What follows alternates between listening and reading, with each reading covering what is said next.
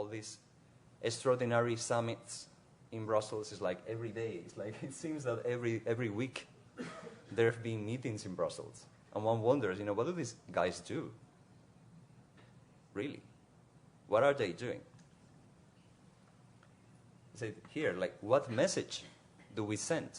Or do these constant summits without really clear outputs send to the public?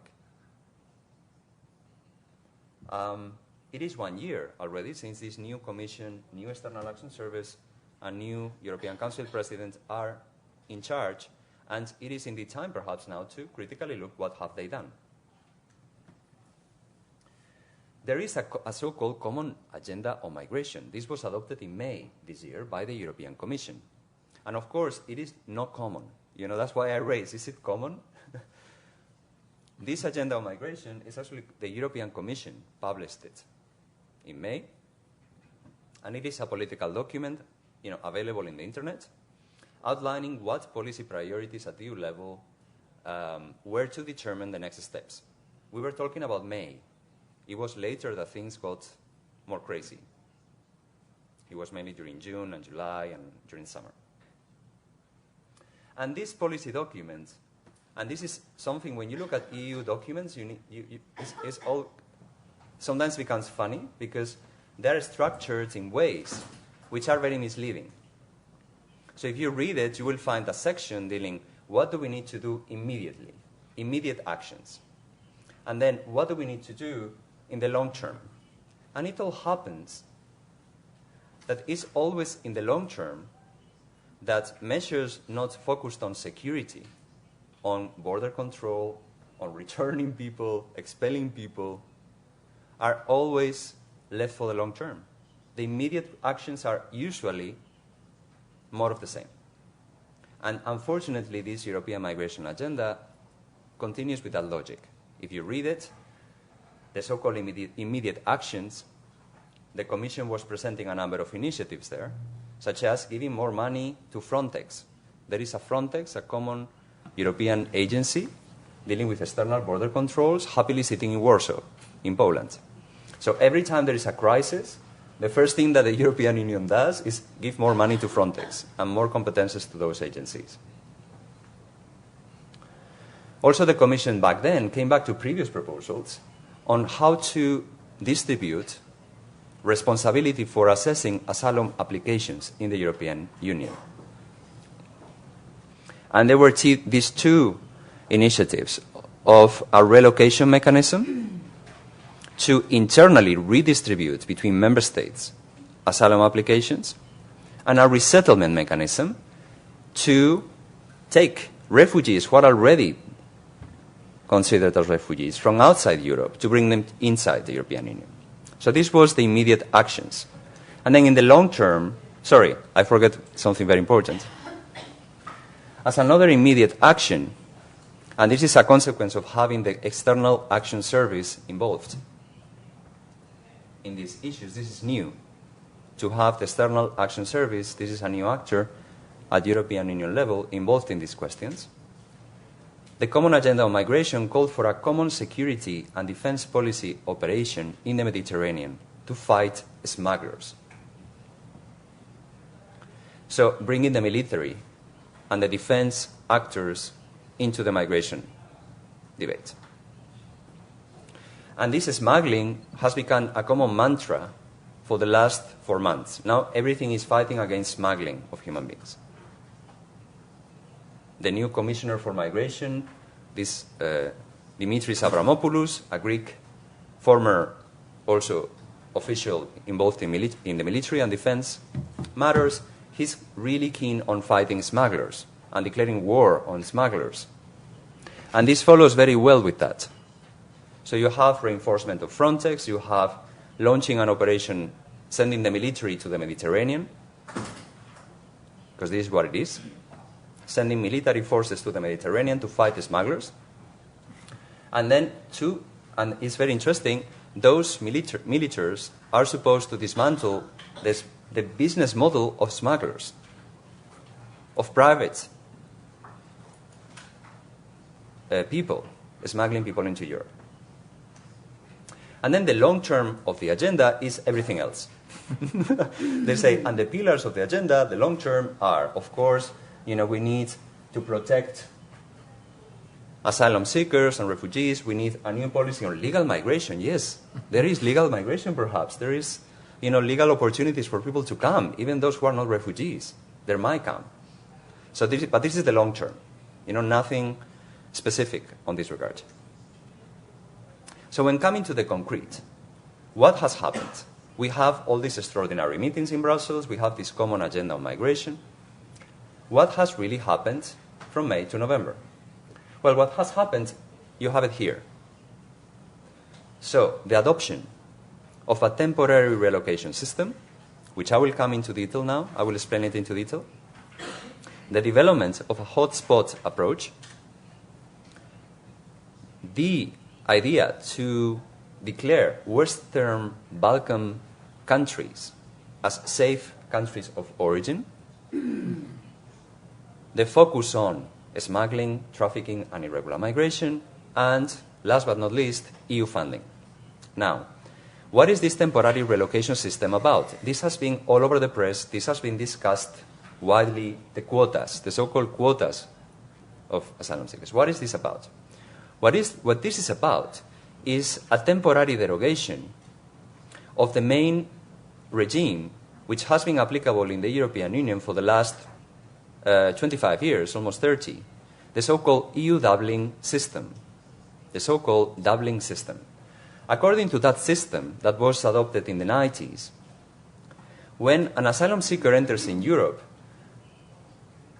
the member state of first entry is supposed to assess, is actually obliged to assess that application. The person cannot move elsewhere inside the European Union space to apply for asylum. The person will be sent back to the country of first entry. This has been hugely debated, and actually it doesn't work. Even Merkel herself said quite openly, Dublin is dead. We need to find alternatives. And this temporary derogation means that precisely it is an exception to that rule. It is an exception to that rule. It's actually an emergency instrument based on Article 78 of the treaties, and it only applies to Greece and Italy. It only applies to Greece and Italy. And it's about relocating, which the word for me is also quite misleading and quite scary. It's like people to being relocated. Because I will come back to that in a minute. One of the main deficits of the current Dublin system is that it coerces people to stay in that member state of entry. It obliges people to stay in Greece, for example, if they enter through Greece. It obliges people to stay in Hungary if they enter the common European Schengen space through those countries. And this has led to the dramatic scenes that we've seen in the media. So it is an exception to Dublin. There are other distribution criteria which apply. It's no longer first state of entry, it's other criteria that the Commission, the European Commission, assesses to distribute people here and there in light of these criteria. Size of population, GDP, average number of past asylum applications, and unemployment rate. All economic, very much economic-oriented criteria. Where is the individual here? Where is the individual? Sorry, they are not religion. Exactly. Percentage of Muslim in the country. So it is quite an economic exercise, and which has been criticized as well. But also the personal scope is very limited. Who can benefit from this relocation system? Mainly Syrians. Mainly Syrians and Eritreans. And there was a discussion about Iraqis, and there was no consensus as to whether Iraqis actually met the criteria.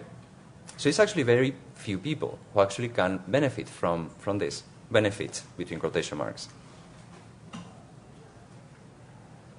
So there are two legal instruments which have been adopted You have the references there. I hope that this PowerPoint will be distributed if you are interested to take the references.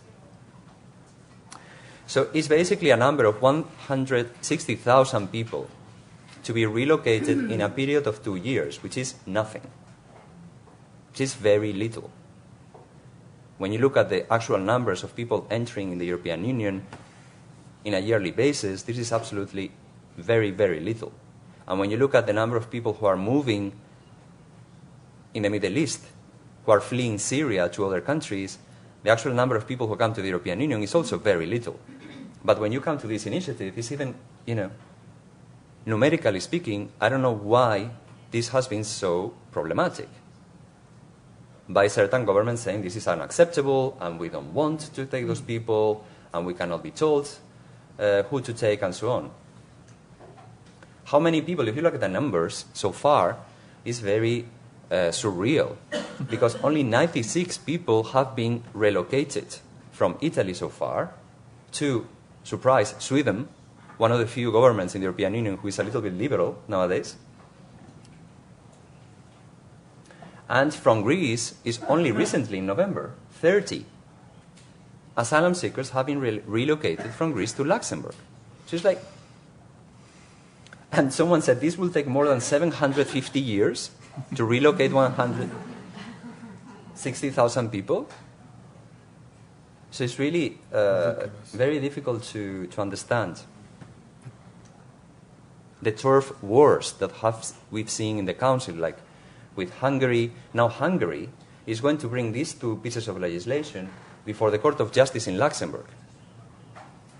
They want to invalidate this relocation system because they say it violates their own national sovereignty. I remind you that the idea of the Commission was to include Hungary in addition to Greece and Italy as well as beneficiary of this system, and Hungary said, no, thank you. We will send everyone to Austria and to Germany. They won't stay here. So also Czech Republic, Slovakia, and Romania were really against this. And Slovakia also threatened the Commission to send these instruments before Luxembourg. And then this comes with the so-called hotspot approach, which is also, to me, also very difficult to get. So it's also Italy and Greece. And it's basically sending the EU Home Affairs agencies there. So we send Frontex, we send Europol, the European Police Office in The Hague, and we send the European Asylum Support Office, EASO, they are in Malta, in Valletta. We send them there to support Italian and Greek authorities. In doing what? You will say, support them in doing what? Well, in identifying people, fingerprinting people, and this is apparently a quite problematic practice because they are actually forcing people to be fingerprinted in those hotspots.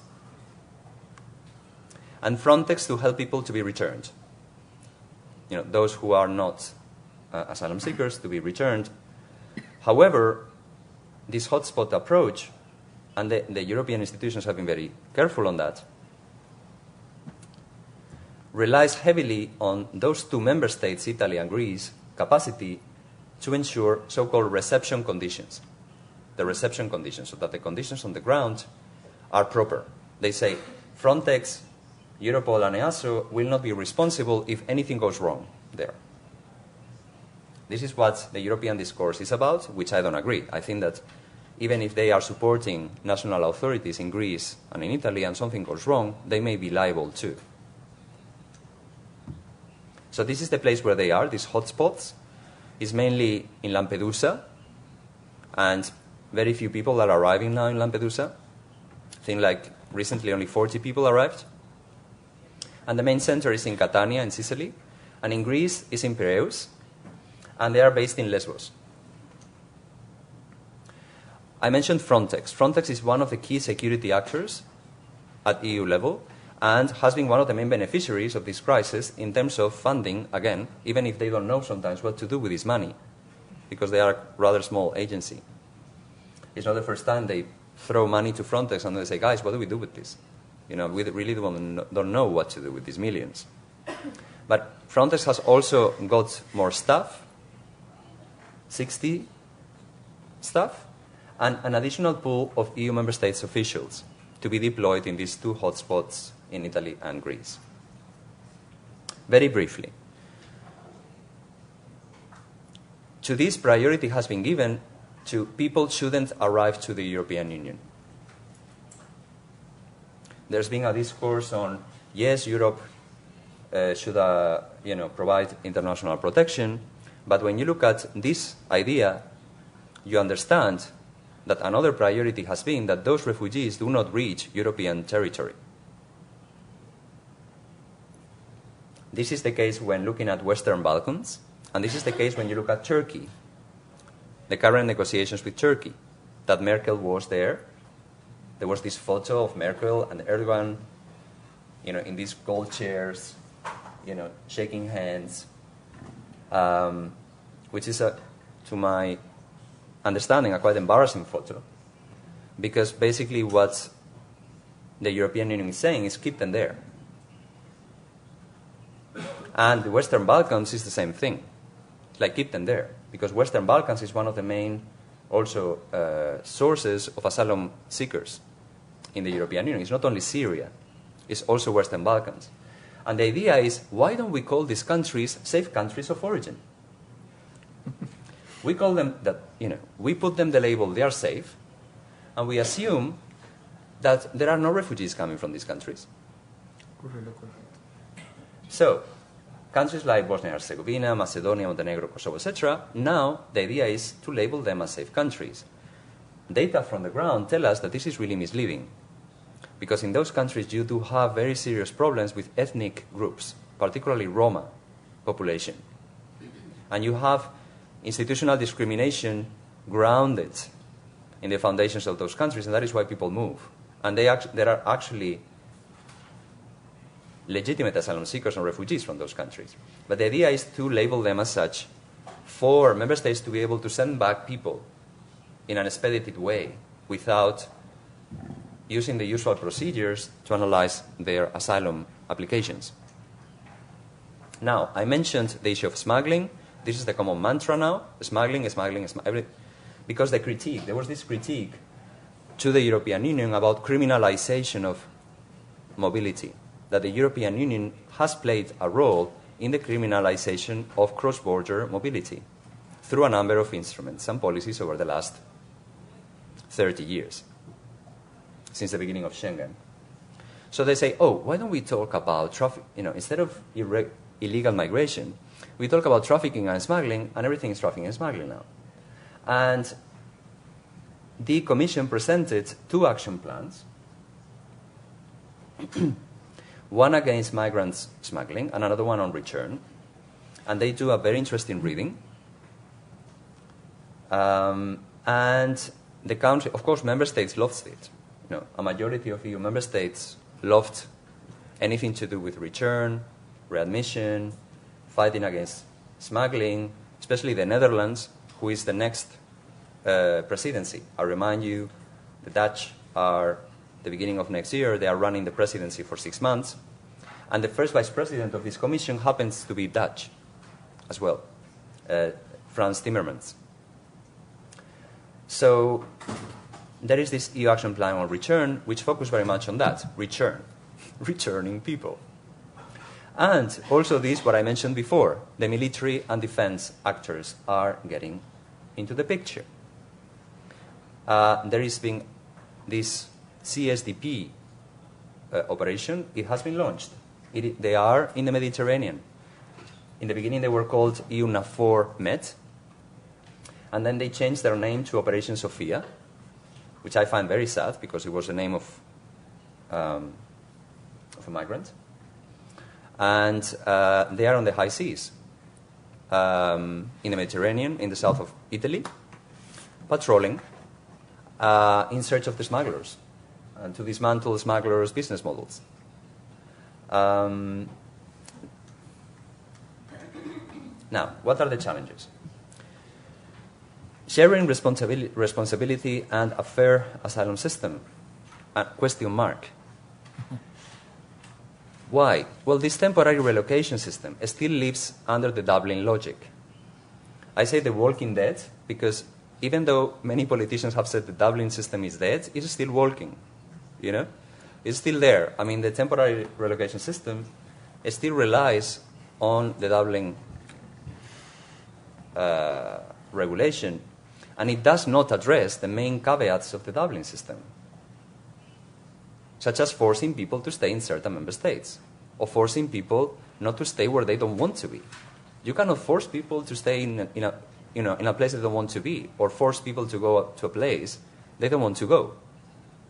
As simple as that, but still, European institutions and governments think that they can do that, and that it can work, that people will stay there. And there's been a number of international organizations working on human rights criticizing this and saying, guys, get alive, change this. You know, there is the Parliamentary Assembly of the Council of Europe, the Human Rights Commissioner, the UN Rapporteur on the Rights of Migrants saying this needs to change now.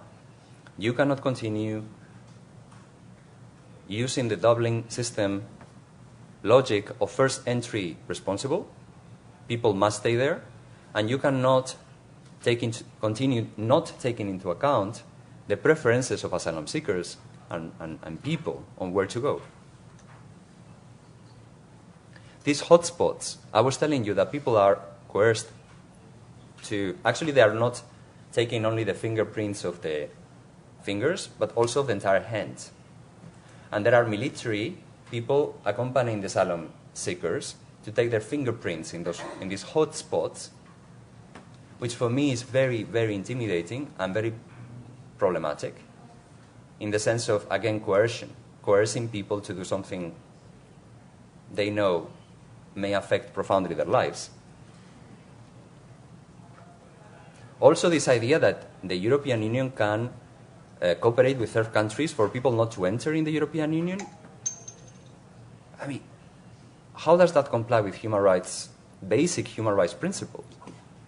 How can you rely on third countries for refugees not to enter, not to seek international protection in the European Union, when those countries happen to have some difficulties with liberal democratic principles? Turkey is a wonderful example. Morocco is another one. These are two countries which the human rights record is, to say it very politely, poor. Very poor. Now, the main problem in countries like Italy, like Greece, like Hungary, I was in Hungary in October, and NGOs were explaining to us what was happening. The main issue there is that the conditions are so horrible when people arrive. The system is not capable of, offering basic conditions to these people. So no wonder they want to move elsewhere, that they don't want to stay in Hungary. I mean, I wouldn't like to stay in Hungary. First of all, the discourse of the new government is completely anti-migration, and the conditions on the ground are really, really bad. Really bad. The administrative capacities in these countries are under the minimum. And UNHCR is giving us plenty of evidence on these problems on the ground of people not, having horrible housing conditions when they arrive. Even the UN Office of the High Commissioner for Human Rights has said that, for instance, in case of Czech Republic, the treatment of asylum seekers there, they've said, is degrading.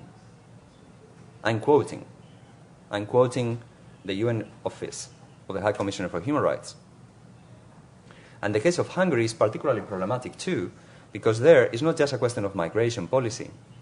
It's rule of law. It's really rule of law issue. I mean, the government in Hungary has been implementing a number of new laws, and I would say that a majority of them do not comply with European standards and obligations, and the European Commission has sent a letter. This is how things work. Diplomatically, so the Commission sends a letter to the Hungarian government asking for information about these laws and the building of a fence. I'm sure you've seen that. Wall. Hungary built a wall with a couple of countries and put the military in those walls as well.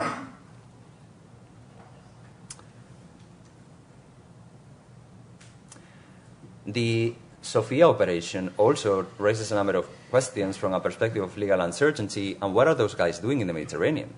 Furthermore, the defense and military actors are outside EU scrutiny, because the European Union, in principle, doesn't have legal competence, or very limited legal competence on questions of defense, and the European Parliament cannot scrutinize what these guys are doing in the Mediterranean.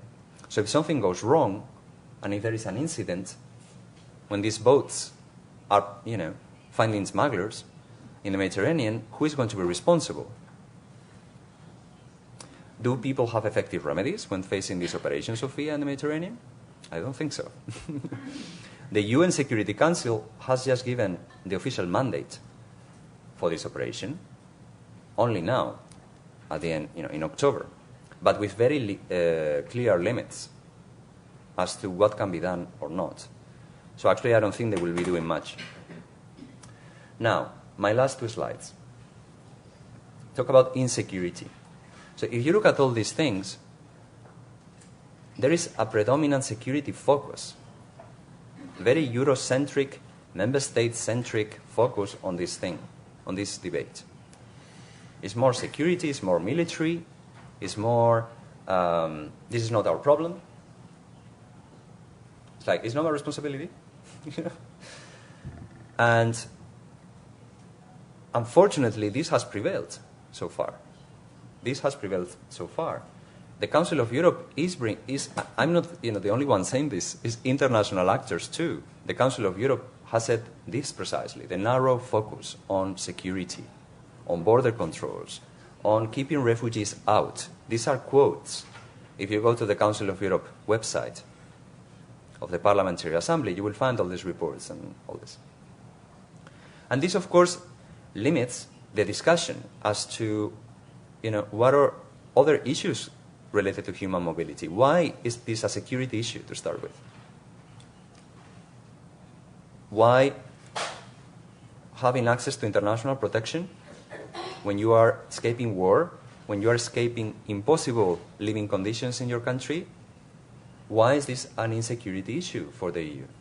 The EU should be ready and have the capacities to welcome those people and offer the standards that EU member states have committed themselves to. Also, mobility in general. Mobility of researchers, mobility of professionals, mobility of business. It has also positive economic repercussions. The European Commission finally, I think it was 2 weeks ago, the DG dealing with economy and finance, they published a very interesting communication on the economic forecast. And they said, actually, the economic repercussions are not so negative.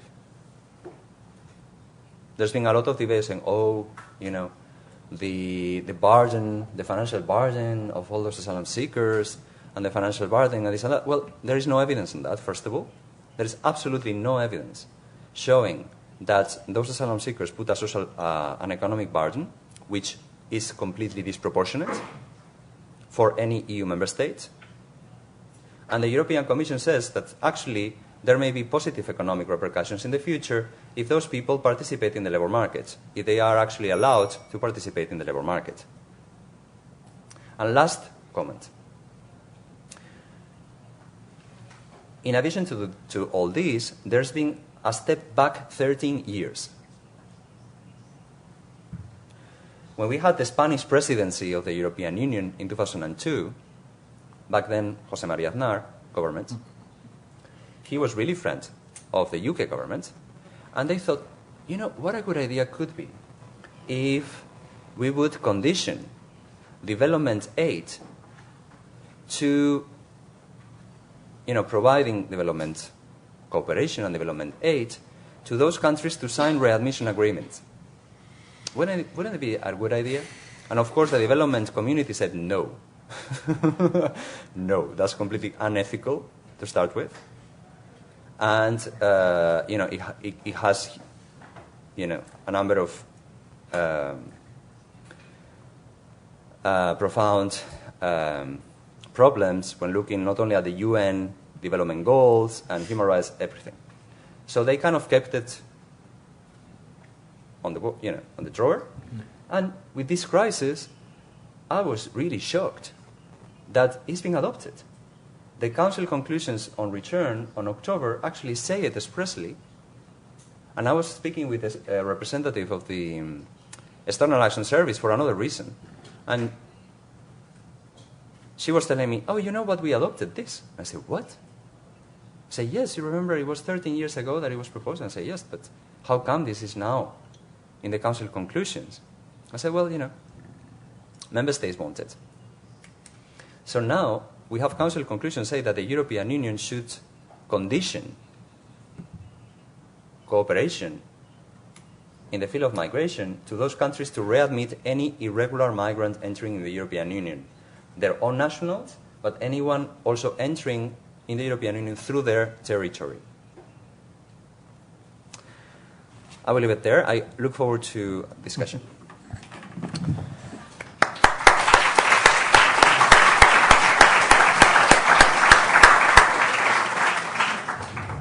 Thank you very much, Sergio Carrera. And to be so clear and so direct, I think you raised a lot of questions and reactions. And my function now is to try to deal with that. Then I will request you to present yourself before asking a question, to be brief and clear and direct. At the same time, also want to promote some discussion even among the public. Maybe you will distribute the... Okay. Sí. Vostè diu que de demanar les empremtes dactilars... Because you can? Yeah, I can try.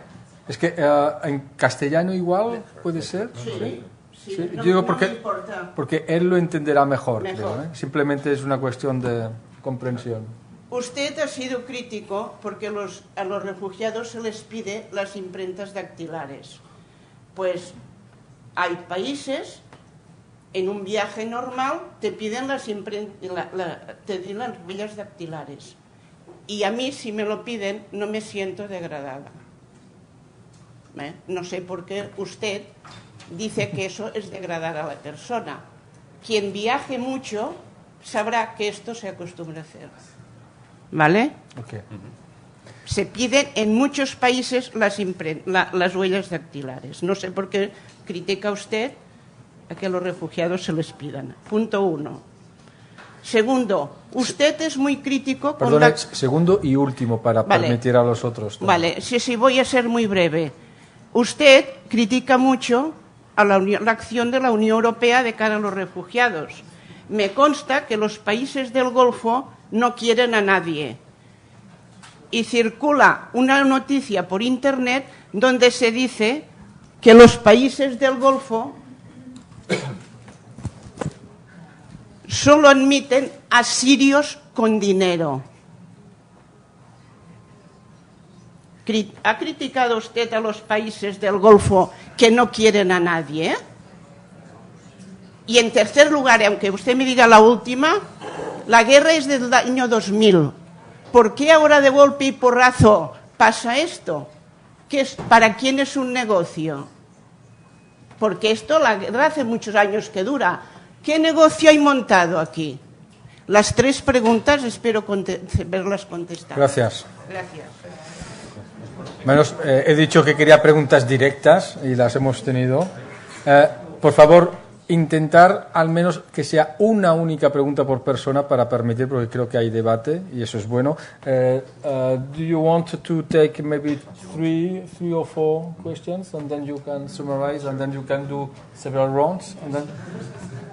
Allí había uno. Okay. Please introduce yourself.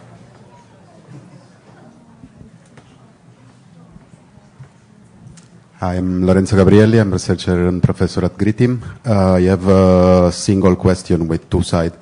The first one is, there is supposedly this fight on smugglers, But at the same time, if we look at action of political responsible in Europe, and I'm thinking about Angela Merkel, she announced some months ago that Germany will receive 1 million of refugees during this year.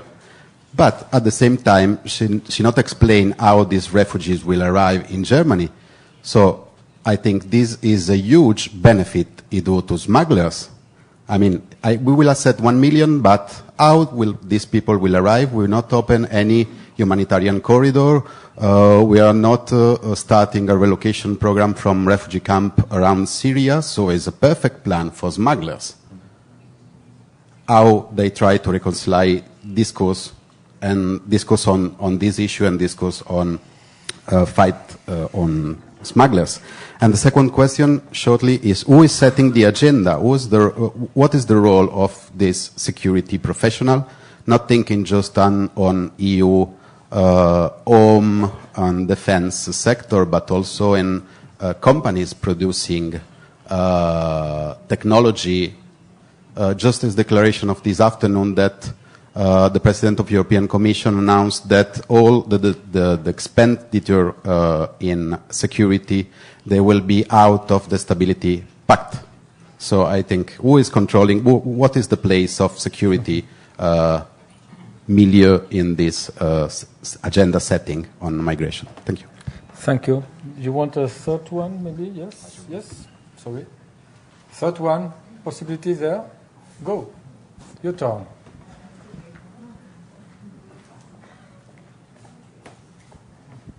Hello, I'm Iris. I'm from the Master of Immigration Management. Put your micro because sorry. not someone will come. Is not working? Yes, yeah, no, okay. Yes, yeah. My question is regarded more to how policy can influence somehow member states' action, because you mentioned also a little bit that, for example, the terrorist attacks of this weekend in Paris can have like a lot of influence on countries closing their border and saying we don't want refugees anymore. Well, everything from academic field kind of shows that this is an argument which is not true, because actually there is not so many terrorists among refugees. And also going a bit with the economic argument, which is not appears to be not valid. Do you think it's possible through policy to tackle this kind of argument and to enforce member states not to have this argument, not to give this argument in order to close their border, or act like in things you could say that are maybe not allowed through European legislation? Thank you. You want to react? Sure. Well, thank you. And then we can do a second round after. Thank you very much to the three of you for your questions. So to the first issue, thank you very much for the three questions. I mean, as an independent researcher, my role is, I see my role to be critical with the European Union. That's my subject of study. And coming back to the three main issues, fingerprints is a hugely controversial discussion in many fields. It's not so crystal clear. There is no consensus about the acceptability of using fingerprints, even for EU citizens. Even for EU citizens. And of course we cannot compare when we benefit from free movement across the European Union, when we are taking those fingerprints, is not comparable to asylum seekers. The issue with the reason why asylum seekers don't want their fingerprints to be taken in those countries is because this will imprison them in those countries. That doesn't apply to us. Our fingerprints are taken, but you can move wherever we want. The problem there is that their fingerprints are taken and there they are detained. In countries like in the Czech Republic for more than 40 days. So it's not comparable. And then it is a European Union issue and it is a European Union responsibility. Comparisons to other countries may be useful, but are not conducive to move forward what the European Union needs to do in this field. It is our responsibility. We cannot say others are not doing it, we are not doing it. I don't think this leads anywhere.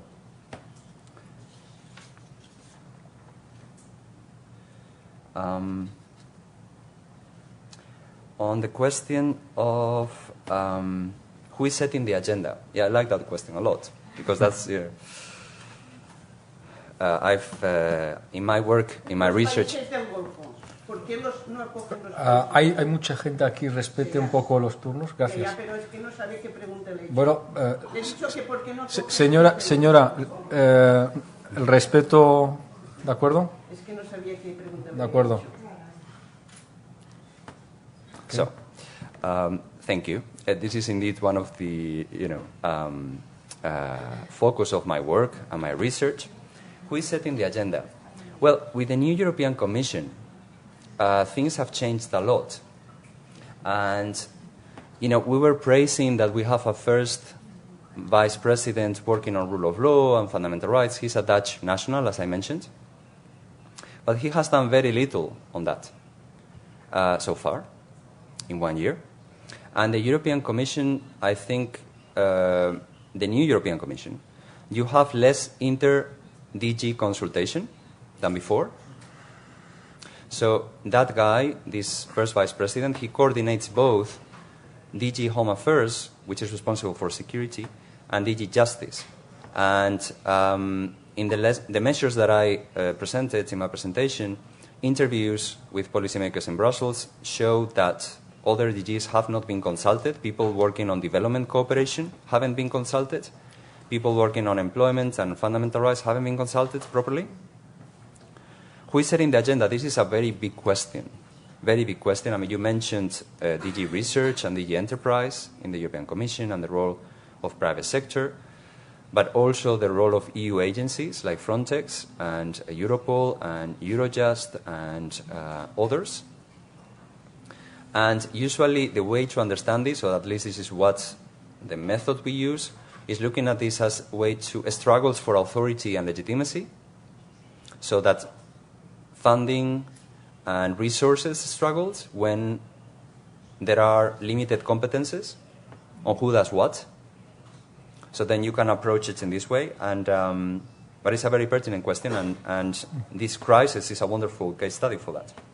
And the last point was the member states, the member states' reactions.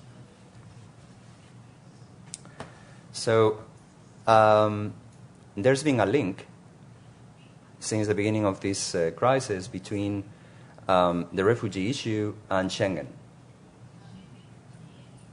And again, this is the extreme right. It's coming from the extreme right. Political parties in Europe, not least people like Marine Le Pen, but also in the European Parliament there are a number of political parties who are extreme right. And they have a populist agenda.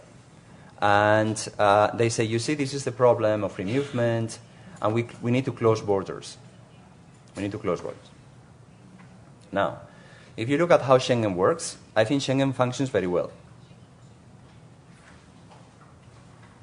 People, actually, all the surveys that you do, Eurobarometer surveys, show that one of the key contributions by the European Union on this field has been free movement, the freedom to circulate. What this lady was mentioning, that you can travel, wherever you want. And what the extreme right wants is to stop that. Extreme right and other political parties, mainstream political parties, using similar discourse, which that's the problem. That it's not only the extreme right, it's only other mainstream political parties who take that discourse. There were 3 member states who closed temporarily their borders during October and November. Germany, Austria, and I think it was Slovenia. But that temporary reintroduction of internal border controls is monitored by the European Commission. And it needs to comply with the Schengen Borders Code. They cannot do whatever they want.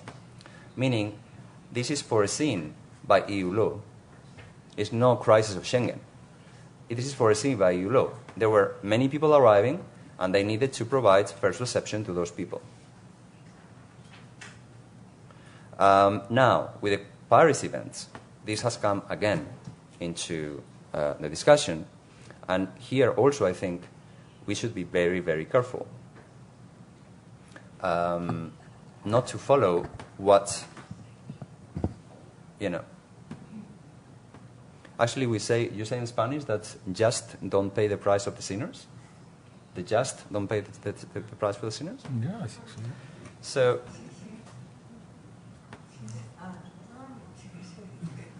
So that's freedom of movement is one of the main accomplishments of the European Union, and there are ways to fight criminality and terrorism in ways which are compatible with the freedoms that we have, and that this needs to take place under a very specific rule of law framework and fundamental rights framework. Mm-hmm. This cannot lead to less freedoms and less liberties for everyone. Maybe we can do another round. I would put myself in the list, and I would be the first one, just because I don't want to lack that. And then I'm going to. But if I have to describe your speech, the first idea will be the lack of pragmatism of the European Union to deal with this kind of refugee crisis, and lack of pragmatism, in the sense of in the decision-making process also.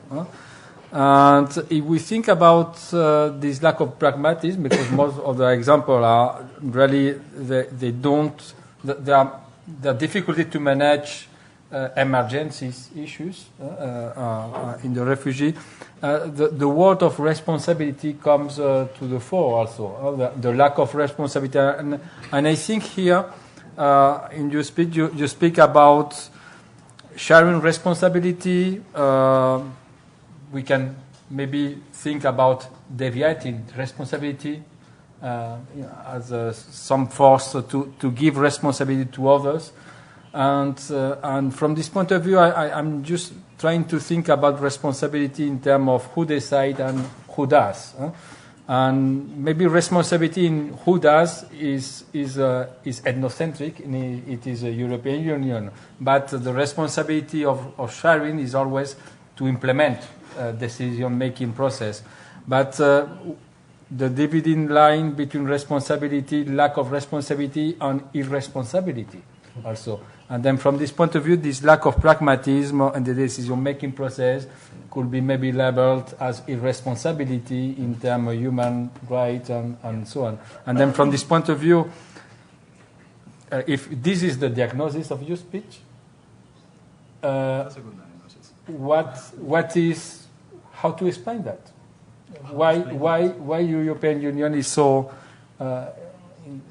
hard to this kind of decision-making process and so on, if it is different from other issues of European Union, because I guess that this kind of refugee crisis or immigration are hard to deal with, and this irresponsibility is always on the floor. Yeah, I would say, just to provoke something. Yes. Go.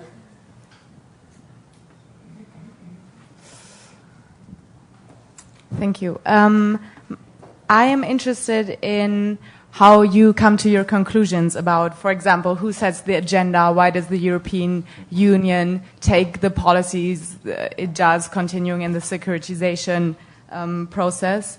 You said that, for example, the new Commission has less inter-DG dialogue than the old one. So how do you know? Who do you talk to? Do you talk to DG workers? Do you also talk to member states representatives, which could be interesting if you talk about authority struggles, not only between DGs, but between EU national levels?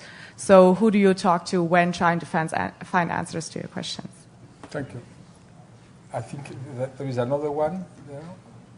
And then we take this one and this one, okay? And we finish the second round. Okay. Hi, I'm Gracie Peracani. I'm visiting professor at the UPF. I'm a legal scholar, so please be patient with my comment, and then I will come with a question. Sergio is from law also. No, this is because I think that in your analysis, the legal part important legal part is missing, because I think we have to mention that immigration, asylum, and border controls, but immigration and asylum is a shared competence between the European Union and member states. So member states have a bigger role in these issues. The second thing is that we have 4 directives here that you haven't mentioned.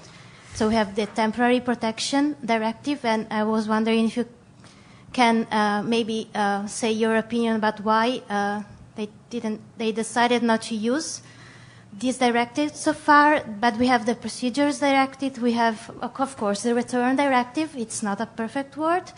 And we have the minimum conditions on reception. So I'm not saying that this changed the whole picture, but we have positive elements also there. And we have the Court of Justice, and we have the European Court of Human Rights doing things, and we have case law on asylum, pro-refugee. So, yes, it's not a perfect word, but there's also other things to mention, and not to counterbalance your critiques, but they are there. And so And the last one? Yeah, the very last one is just if you think that the old system is wrong, but we are just so it's now because of the crisis, or it's because the system was not thought to deal with these issues. Exactly. Thank you. Deal with a crisis. No. Thank you, Laura, and then Evrem. Hello, I'm Laura from the Master of Immigration Management. I also had the legal question, but I will try to formulate it in a different way since she asked the same question. Also regarding the Dublin Regulation and the 4 directives that are, let's say, the pillars upon which states should enforce asylum procedures. We all know that a regulation is difficult to just cancel and make another one. It means direct transposition in member states, but why, rather than rethinking Dublin regulation, that I also do not agree on, why the European Union, the European Commission does not put its efforts to send EU agencies or officials to actually see if member states are complying with these directives. Why aren't we putting efforts in improving reception, improving procedures of asylums, etc., in the member states, rather than making hotspots in Italy and Greece and just fingerprinting them and oblige them to stay there? The second question was a technical one regarding the Operation Sophia, the EUNAVFOR Med operation. Since I'm working on that, I would like your opinion on it. And it's quite controversial because we are already in the second phase of this operation. Now in the third phase of the operation, why the Security Council said no, with its limitation to this operation. What's the mandate of this operation? I mean, Mogherini created this operation to intercept immigrants, to fight illegal immigration, to, I don't know, protect European values, whatever. But what is the legal status of this operation? That's it. Thank you. You want another one, or we stop just then the last question? And then we will do, if we have time, another. I think at 8 we have to close. I think so, the building. Here. Hola, aquí. Perdona que no te le señale. Hi. Evren Yalas. I'm a researcher at GRITIM. I have a very brief question about the Merkel's visit in Turkey that you mentioned in your talk. Do you think there is a kind of an implicit deal that EU or EU institutions are going to be okay with increasing authoritarian tendencies or violation of human rights in Turkey in return that Turkey keeps on hosting 2 million Syrians? So do you think this was one of the issues that was on the agenda between Erdogan and Merkel at that meeting? Okay, thank you. That is your turn to react. So, thank you very much. Try and manage. I mean, on the pragmatism, Yes. I absolutely agree with that, Yeah, and I like it a lot. This issue of irresponsibility. Yeah. Why this irresponsibility? I mean, there are many factors there. One was mentioned, a contested field of competences where member states keep certain competences and European Union has certain competences, but also the political risks and political interest of opinions and agendas of each of those actors in the European Union as well. I mentioned the new European Commission and the External Action Service. The High Representative, she's Italian, so she has, she's very concerned, rightly so, on what is happening in Italy. And for someone who's been looking at this for some time already, for me it's difficult as well to understand why, because there are things like, again, this issue of the 13 years after, 13 years back, that's something which was said this is completely unacceptable, now is being signed off in the Council conclusions on return, conditioning development aid for readmission. Or this new agenda on migration, they presented and now the European Union has a comprehensive migration agenda, and everyone was like, that sounds familiar, or again, there are things coming and coming back. New policy makers. Yes, yeah. So it's very difficult to, I don't have a clear-cut answer. On the legal issues, of course, my presentation was focused on the EU responses which were adopted in the last months, from May to October, not on the general legal framework. What is the EU legal framework on asylum, migration, and borders? And I will have needed more time for that, to go into directive by directive and to explain what those directives are. Yes, it's legal competence, however, shared legal competence. However, there is a common European asylum system, and all those directives are now EU competence and exclusive. What is covered in those directives is no longer shared competence. What is foreseen in the Dublin Regulation is no longer shared competence. When the Union exercised competence in those areas, as you know as legal scholar, of shared competence, it becomes exclusive. That is why it's important also the question of the other colleague when looking at implementation. This has been a huge debate on why the previous Commission especially didn't enforce EU law, existing EU asylum law, better. And this was a political decision as well. And now in September, the new European Commission informed that they are launching 40 infringement proceedings. They published a scoreboard of member states' compliance with transposing these asylum directives, and in particular the reception conditions directive. And it's an extremely low record. It's basically, very bad record. And it's very good that the Commission launches infringement proceedings and that enforces those standards. It's its obligation as guardian of the treaties to do that.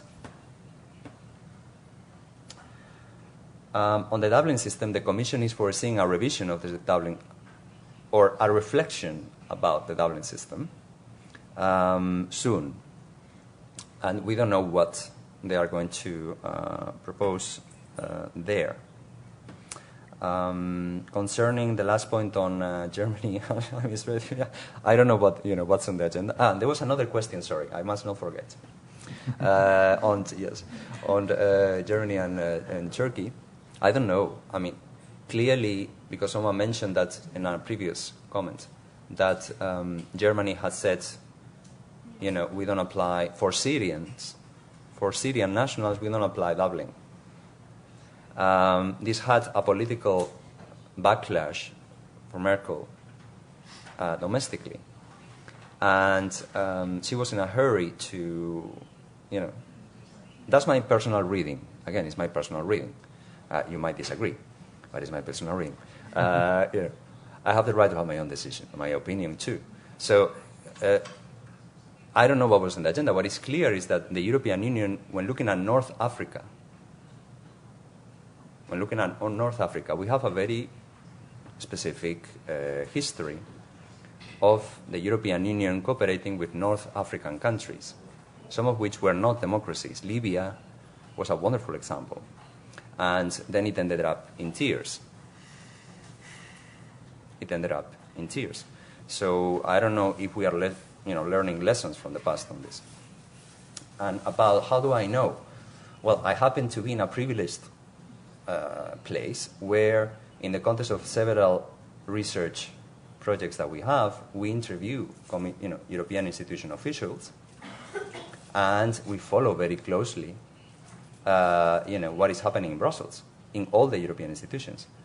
And yes, semi-structured interviews with policy makers, events where, so you gain a very interesting, chance. You got an interesting chance to. We also, of course, meet member states' representatives and permanent representations and etc. So when my thoughts and my views are based on also on that research that we are conducting in different projects. And again, it's my personal opinion and it's my personal reading on this issue. Thank you. So more you want, or we stop? You want more, or we stop? As you want. Yeah. As you want. We have a, I don't know, we have time for 5 minutes. Yeah. Yes. Then maybe the last round. Maybe I will take only 3, and then, okay, then 1, 2, and 3. Okay, I'm sorry for the others. Hello, I'm also from the master's program. You said in the beginning that a part of the focus of your research was the impact of policies on people. And in the context of this specific research, what do you see as the most effective research methodology to analyze these impacts?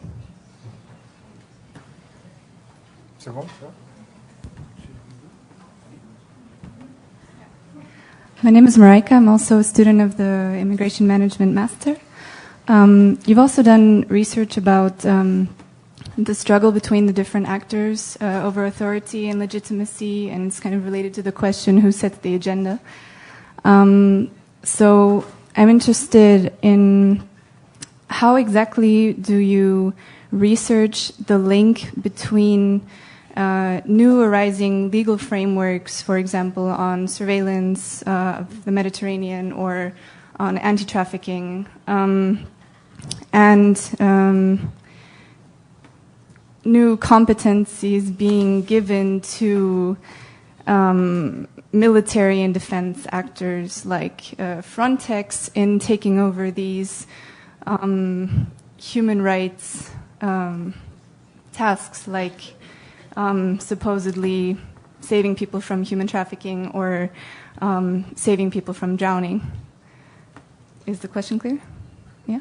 I think. And then the last one from... Hello? Yeah, my name is Sanam. But I don't have any question, but just want to give some comments on on this presentation, because I have some points, like, for example, you were saying about... Yeah, no? Perfect. Okay. So, for example, you were saying that about sharing responsibility between European Union countries about asylum seekers, that they should be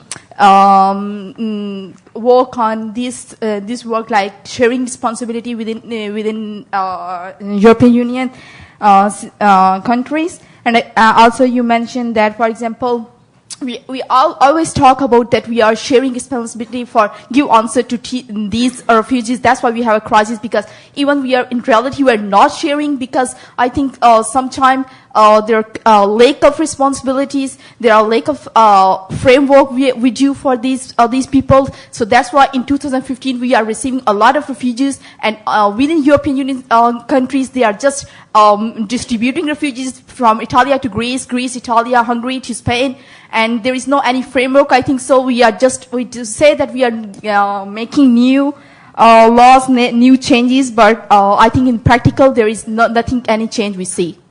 Is there any comment from myself? Thank you. Okay, thank you. The last word for Sergio Carrera, and then we will close today. Thank you. Actually, if I may, because I forgot to answer your question as well on the mandate of the operation, which is, of course, central of the military operation in the Mediterranean, the Sophia operation. So you need what I will advise you to do is to read very carefully the UN resolution, which was published in the 9th of October. And there you will see how difficult the job of that operation is going to be, because they've set a lot of limits. A lot of limits, not least to ensure safety for the persons on board of those vessels. And as a priority, and to avoid causing harm to the environment and to those people. And to have very solid grounds to believe that those boats are indeed smuggling boats. And two, last but not least, to respect the sovereignty of Libya in any circumstance. What this operation cannot do is to go to Libyan waters. This is what the UN mandate does not allow. What they can do is to intercept vessels. It is there. I mean, you can read it, what they can do exactly. And this idea of destroying boats. Destroying boats. But the UN resolution gives very important limits to what this operation can do, and I think to a certain extent undermines the very objective of it, the original idea, right? So now, coming to the last questions. On research methodology, that's your personal choice as a researcher, right?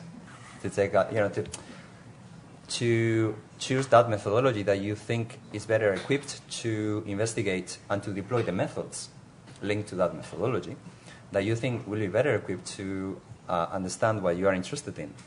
I mean, one of the difficulties when studying the European Union in the field of migration is that it's not only about law. So if you take a pure legal methodology, you will have a very narrow understanding of what is going on, especially because when it comes to cooperation with third countries, most of those things are not legal. They are not legal instruments. They are political documents, like mobility partnerships, like common agendas on migration and mobility, like dialogues for migration, mobility, and security. Then the actors, I mean, if you look at the EU, what is the EU? Who is the EU? Yeah, you need to problematize and look critically at who are you looking at and the mandates that those actors have and the responsibilities and tasks that they have. Actors like Frontex, they don't do law. They support member states, authorities in border control and border surveillance, but they do many other things too. Many other things too that from a research perspective is very interesting to see in relation to other actors. When they struggle, I was mentioning before, when they struggle for funding, for example, when they struggle for showing their legitimacy, their importance, their added value, these things could be important to look at. When it comes to search and rescue, someone mentioned, I don't know who mentioned the search and rescue in the Mediterranean. This has been a field of contestation and struggles at EU level, where I remember in 2014 was particularly interesting because you had in Italy the Mare Nostrum operation. That was a military operation. Italy saying, we take charge. And it was mainly defense actors. But of course this transforms fundamentally how the EU makes or how the EU does border control and surveillance. Because in Schengen, it's mainly civilian authorities. This is when Frontex comes in. However, there are a number of things there. And Frontex says, we don't do search and rescue. Frontex was saying, we don't rescue, our competence in the Mediterranean is not to search and rescue. However, there is a regulation covering the rules and conditions applicable to Frontex when Frontex faces that situation in the context of border surveillance. And we had interviews, I remember in 2014, with Frontex and with the European Defence Agency in Brussels, which is also a new actor in this field. linked to the External Action Service. And we see this move, what I was mentioning in my presentation, the militarization coming in. Even now, with the Paris events, Hollande wants to operationalize this clause in the treaties for emergency and so on, which is basically sending military to places. And the Commission wants to reflect now on having a common European border guard. Yeah. So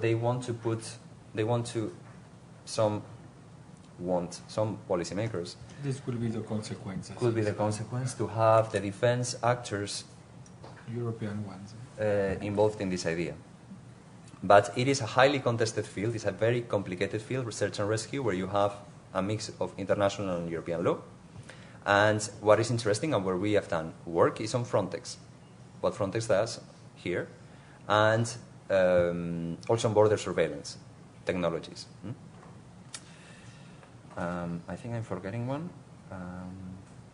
Yes, about the sharing of responsibilities. Yes, when I talk about responsibilities, and this, of course, sometimes I confront member states' authorities, and they don't like to hear that they have a clash of responsibility. Exactly. No, but they don't like to hear that they have responsibility on human rights too.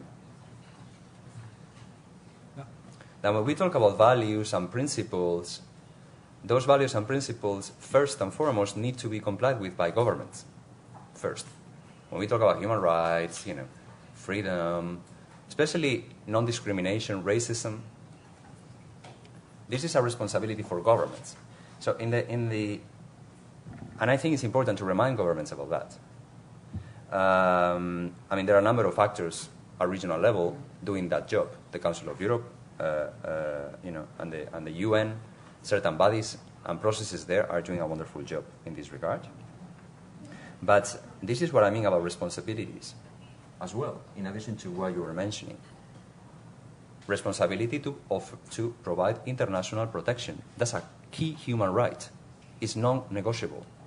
It's non-negotiable. This is at the core of European history.